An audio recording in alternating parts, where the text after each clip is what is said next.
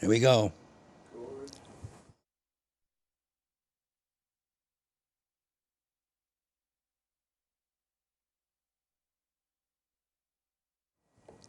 Hi, everybody. It's another Conversations with. I'm Dick Vaughn, and with me today is Bill Reed. And Bill and I are old pals, and Bill is involved in the Last Green Valley. In fact, you're probably by now Mr. Last Green Valley. No, I'm just the chief ranger. You're the ranger, Ranger I'm Bill. the chief ranger. That's Chief right. Ranger Bill. Well, let's. I haven't talked to you for a while, so bring us up. I know the Last Green Valley's become incredibly active, Yeah. and has really done some new programs. Right. I mean, we all know about Walktober, Right. and how great those were and are. So let's chat. Tell us Yeah. about what's going on. Well, let's educate people about what we are and where we are. Good. First of all, Good start. The Last Green Valley is actually two things. It's a National Heritage Corridor, one of 49 throughout the country. We were the fourth one so designated, and most of the national corridors around the country are designated by an act of Congress. They report to the National Park Service, so they're part of the Department of Interior organization Right. of it. And they all have something unique about them. It could be that it was a great farmland in our past. It could be that there was an industrial complex, Yeah. or like the Erie Canal is one Yeah. of the National Heritage Corridors. So there's usually a cultural or natural resource Yep. component to this region that is special to the country, and that's why it gets this designation. Like a national park, Right. but it's not a national park, That's it's a national corridor. Our national corridor includes 35 towns.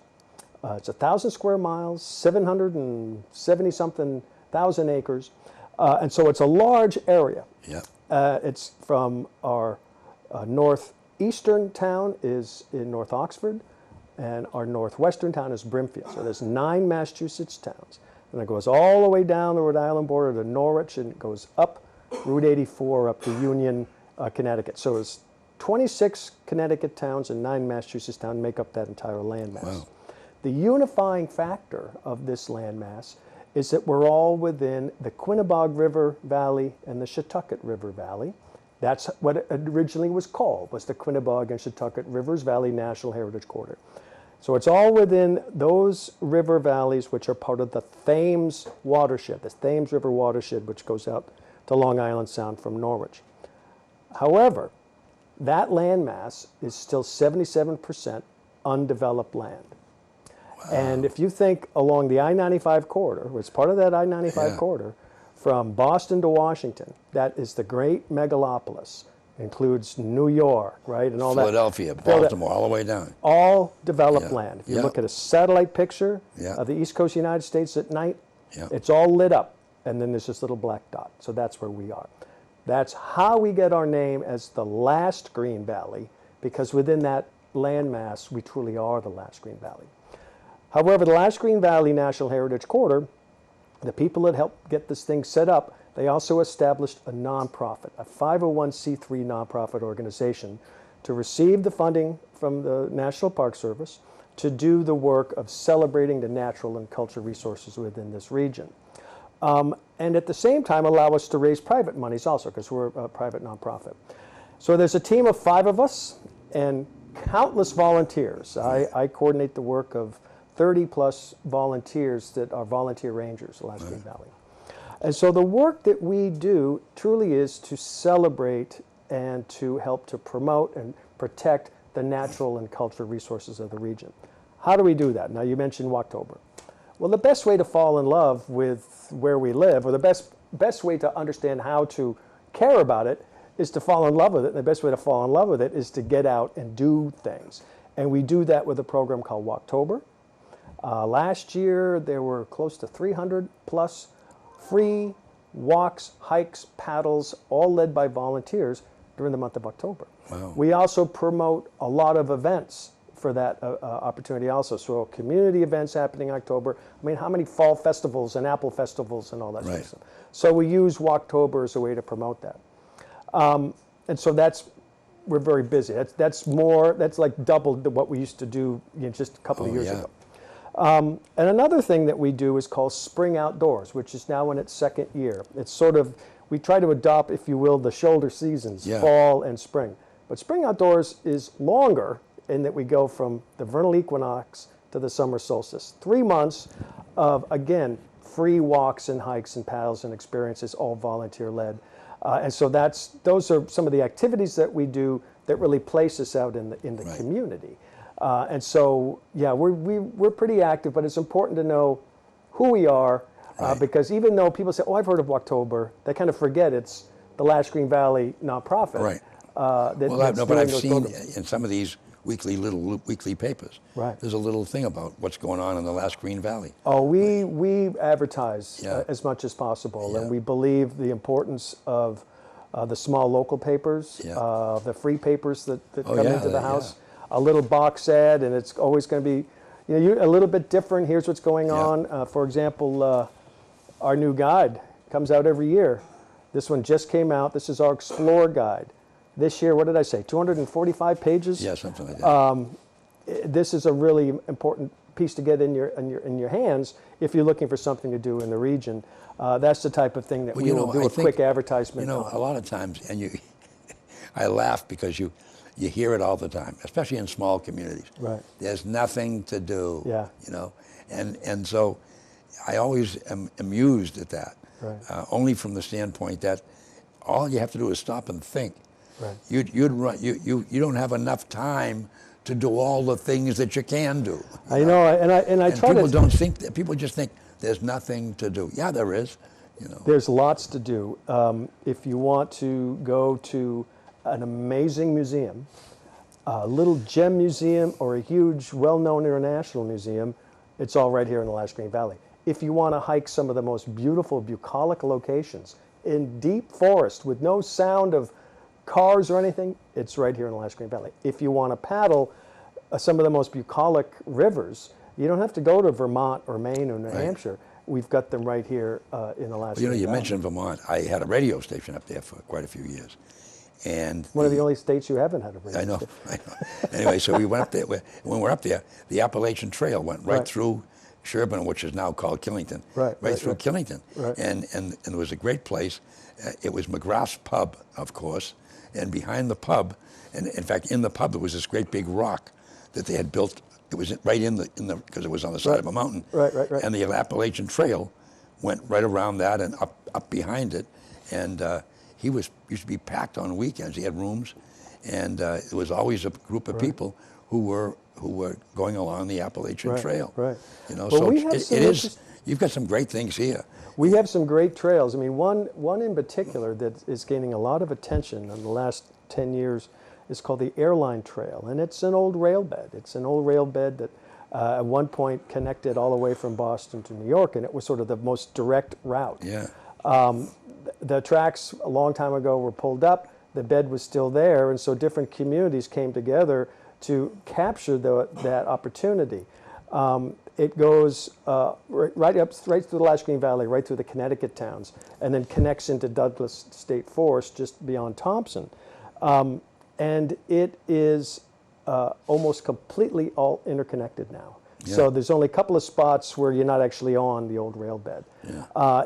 We've got information on it. It's actually now run by the state of Connecticut as the Airline State Park, Airline Trail State Park. You mentioned the old rail beds. When my kids were all little, I was up in Ware. I had a radio station in Ware.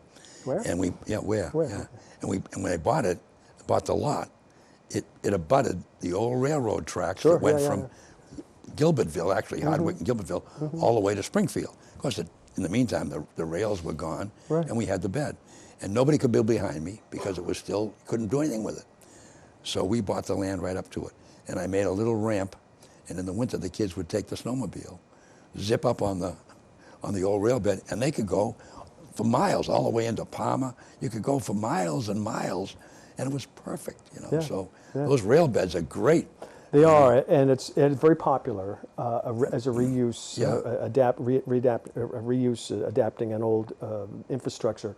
And this one, the Airline Trail, is fantastic, and the reason is that it's good for everybody. No matter what your sort of mobility. Yeah. It's great for a couple of people pushing strollers. It's great for bikes. Yeah. It's a great place to teach a kid how to ride a bike. Yeah. And because I've seen it all, or joggers. Our organization participates in a fundraiser for the Quinebaug Valley Community College down in Danielsville. It's called Tackle the Trail. It's a 22-mile section of it, and they're hoping to expand it to a full marathon length. And last year I was the lucky guy pulling up the last leg. We did 5 legs, so it took me about 6 months to get in shape for 1 hour of running. But it's a great opportunity. So there's those types of resources that we have. And of course, the culture resources are huge. But you mentioned something, and Bill, that's the beauty of things like that. Somebody come up with an idea to have a race. You know, I mean, there's unlimited things you can do if you just had a little vision. You know, there's no such thing as can't. Yeah, the woman who organized this, she's a good friend of our organization, and she likes to partner with us in ways that she can. And without a doubt, she's an outdoors, a runner person, and so this was a natural for her and a natural for the school. And there are teams upon teams of local businesses and community groups that put teams together. And you get the individual runners, but it's mostly a relay between teams of people passing the number on to the next person. And it's great. It's a lot of fun. But I mean, again, they're able to use a natural resource.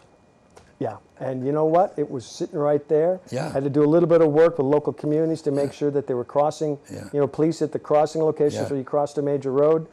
But other than that, I know I don't remember what they've made for it, but always happy to participate in that fun event. If my old body can continue to do it this year, I'll do it again last year. I'll do it again this year.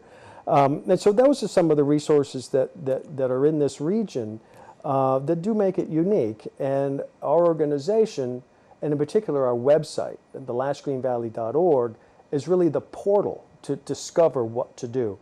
You can get all the information that's in this Explore Guide you can get off our website. Or you can pick one up. They should be at your library. It's information kiosks and information sections around the region. Maybe in your town hall also. In fact, I've got a box with me today, and I'm going to make sure that there's some up in the town hall here in Charlton. That's great. And library. There might be some there already, but if there are, I'll replenish them. And you know what else? It's done well. I mean, there's pictures in it. Folks can see there's pictures in it and different. Oh, look at this! Great, unbelievable. Yeah, this was put together by us for many, many years now, but this has gotten bigger and bigger and bigger. Our Ranger Marcy's on our team, and she took this on a couple of years ago, and it's gotten better and better as we've gone along. Well, you know what else is, folks, you want to get one of these books, because on the back you can get information where you can get involved in the Last Green Valley. That's correct. And you can join them. Thank you, Dick. You can donate them, and you can volunteer. So this is great. I mean, what a great little, and it's got great pictures, and it tells you, don't ever say again, there's nothing to do. Get one of these, and you'll wear the kids out. I'm telling you. No, it's a great opportunity. So those are some of the things that we do, and we partner with a lot of different organizations because that's how we like to work. We sort of work the edges of the puzzle, the pieces that make the fabric of the community, the different organizations, and we help where we can, and the Explore Guide is a great way to interconnect.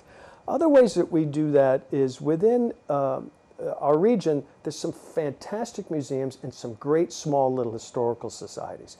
Now, you know town of Southbridge very well. Yeah. Of course, there's the Optical Heritage Museum there. Well, what we said, how can we work with the historical community, if you will? Yeah. Well, one of the things that we do is, on a quarterly basis, we invite all the historical societies and little museums from throughout the Last Green Valley to come to one and to learn about what they're doing. And it's sort of this great opportunity for people from, Lebanon or Norwich, Connecticut, to come up to Southbridge and see what's going on at that museum, or people from Sturbridge to go down to Franklin to see what's going on at museums down there. And this is something that's been a nice way that we can get. History doesn't think about town lines. It really connects us all. And you know what I'm reminded of? my dear friend Bob Briere from Mm-hmm. Sturbridge. This guy, you talk about it, he is an historical society I've unto usually himself. referred to him as the mayor of Yeah, Sturbridge. but, unto you know, himself. And I've had him do programs with us, Yeah. and I've said to people, because when I was doing these shows for Sturbridge, I would say, save those DVDs, Yeah. because Bob's getting up there, and one of these days he's not going to be here, and every time one of those fellows passes away, that all goes with them, and the stories go. Right. But he is so full of this information. So we have a whole series of programs we did, and Sturbridge Access TV has saved them all. Right. So, I mean, some of the stories about the old railroad that went from Southbridge to Sturbridge, Sure. never knew it. Yeah. But Bob did. you Yeah, know. well, Bob is a And walking historical what you're encyclopedia. doing is when you bring these together, Right. I mean, imagine the stories Right. that they can tell you about their own communities. Right. I mean, and that's in many ways what the Last Green Valley helps to do, is to tell the stories of Yeah. the communities and the land and the people, Yeah. and the natural resources. I'm a firm believer in making sure that people understand the natural environment that makes this region so special and Yeah. so unique. Before we get much further along, about Walktober, we're gearing up for next year. And this is the month that if people are interested in developing a walk, whether you're a member of the Last Green Valley or a partner organization, take a look at our information on our website, because the deadline for organizing a walk is actually coming up. It's June 30th. And the information is out there, but you know, especially folks here in Charlton or Sturbridge or Southbridge, if you're part of one of the community groups in that town. Grizzly's across the street. Is he really? He's right across the street. We have a cemetery right across from our studios, and Grizzly Adams is over John there. Capon Adams is over there. Yeah, he's over there. I know. I've known that. In fact, I've seen his grave Yeah. before. Yeah. I'll stop and see if he wants an Explore guide. Yeah, But leave it there He for did a lot you. of exploring on his own. But there are great opportunities to raise awareness to whether it's a land trust Right. here in town, or maybe folks want to go up and tour up at Fay Mountain Farm, or you know, anything. Use the Last Green Valley and use Walktober as an opportunity to draw awareness to you and raise your visibility. And again, Spring Outdoors, which is just wrapping Right. up now. We're just got a few more weeks left in that. Go to our website. There's still a lot of great programs going on in the next few weeks. And again, I can't urge you enough, thelastgreenvalley.org or just tlgv.org, and you'll get to our website and click through it and see all the things that you can do in the Right. area. Well, you know, the other thing, don't you do a taster of We do. Which is another big event. It's our annual fundraiser. This is its 11th year coming up. And what we've done for several years, really, we sort of, we didn't invent the whole idea of tasting, you No. know, with several chefs Yeah. using local product. Yeah. But we've been doing it for many, many years, which we would get the best chefs we could find that are all working in the Last Green Valley. And then we'd pair them with product that was coming from the farms. But not just product from the farms, but, you know, meat coming from the Yeah. farms, wine from the wineries, beer from the breweries, milk from the dairies. And so everything that you consumed Yeah. was raised right here as a way to raise awareness to not just the great chefs, because there's great restaurants Yeah. around here, but also the agricultural community. But here's the twist. This year, we're doing a little bit different. We're actually doing, instead of going from station to station and taking a tasting, we're doing a sit-down meal. And so you're at a table, and there will be a farmer at that table, and the farmers will swap around, Yeah. go different tables, talking about what they do. And it's going to be a smaller number of chefs, again, getting products specifically from the farms, and then out will come this course and that course as more of a sit-down meal. Yeah, what a great So it's idea. even more, it's a little bit more elevated in its Yeah. cachet, if you will, Yeah. an opportunity to learn and experience a local farmer at the same time.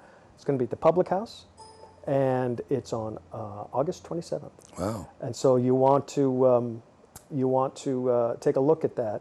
There's Right. still sponsorship opportunities available, which will, good Yeah. for company and individual sponsorships. Yeah. So take a look at that. I think I might have brought some information on that. I'm not sure.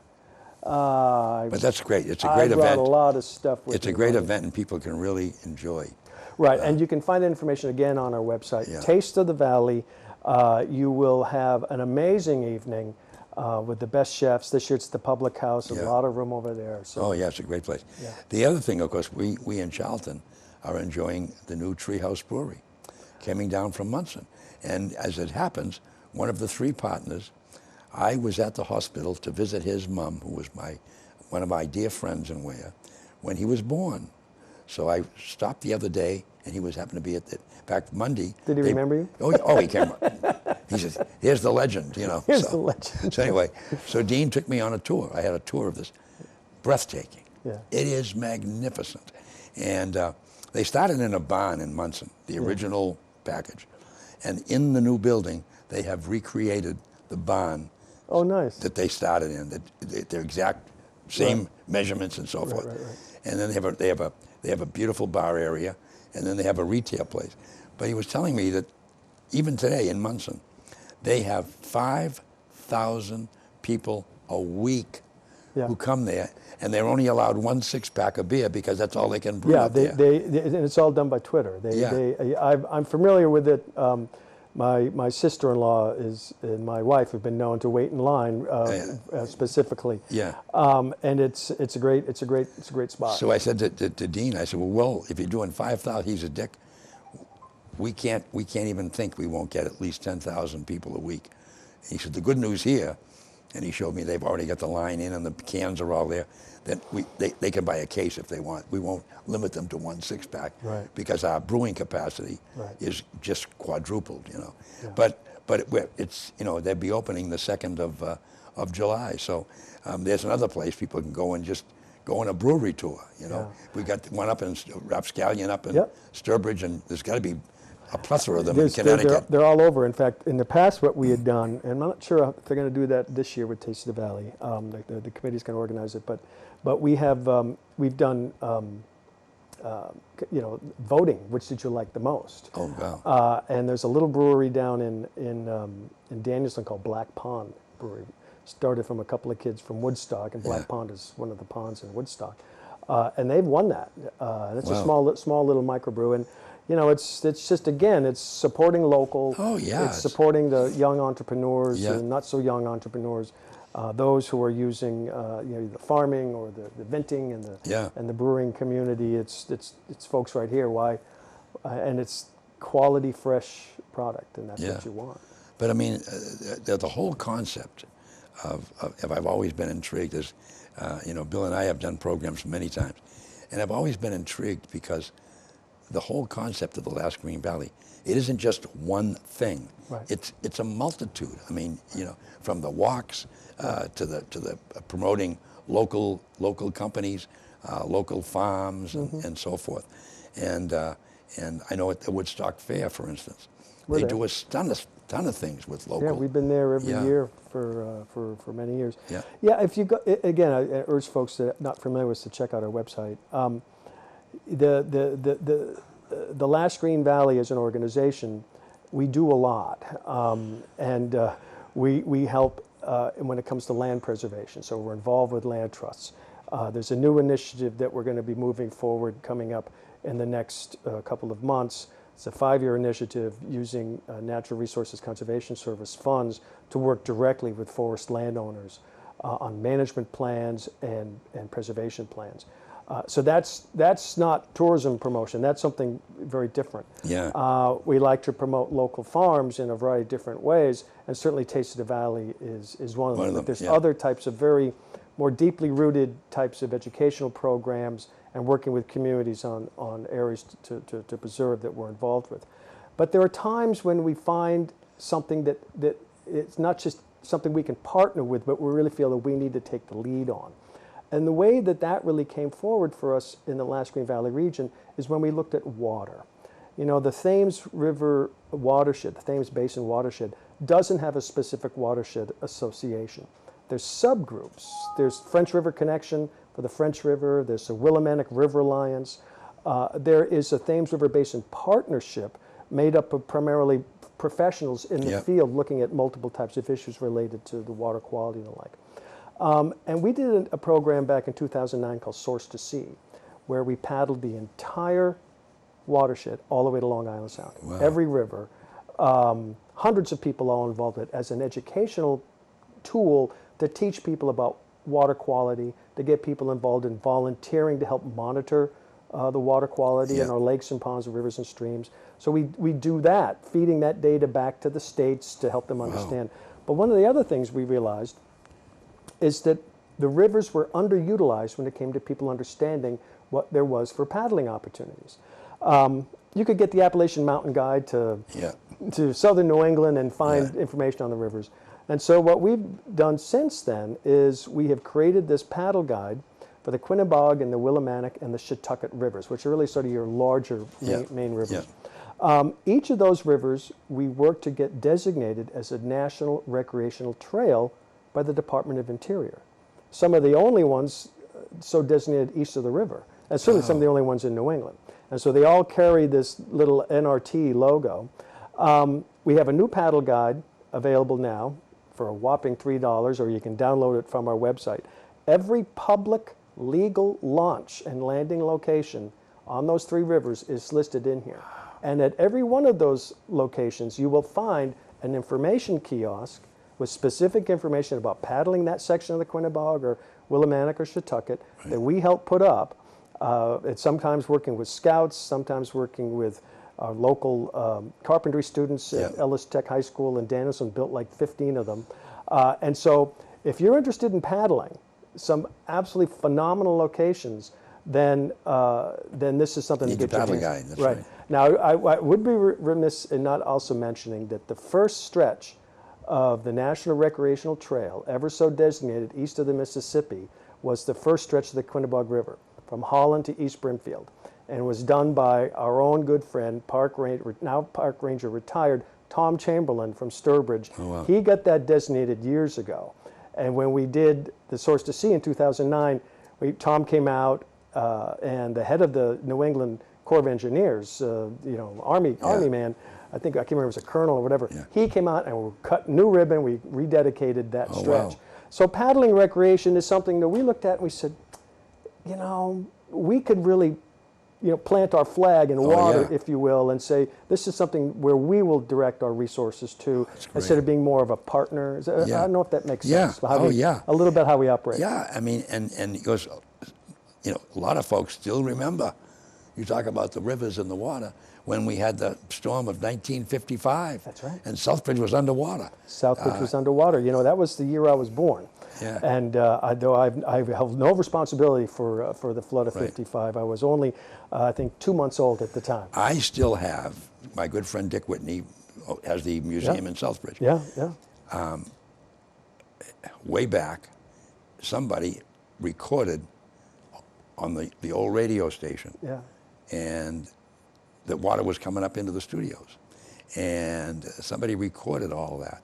And when I first came to Southbridge, I think it was the 50th anniversary in '05. Yeah. And he called me up and said, I took them, I said, let me have them. And he brought them all down. We put them on CD, because some of them were still on tape. Right. The actual reporters' reports from the different areas. And you could hear the water coming up. I mean, and we ran a whole 1 hour program. Right. And so I have that DVD. And again, it was, you talk about those rivers, and a lot of people don't realize, that those rivers really came up.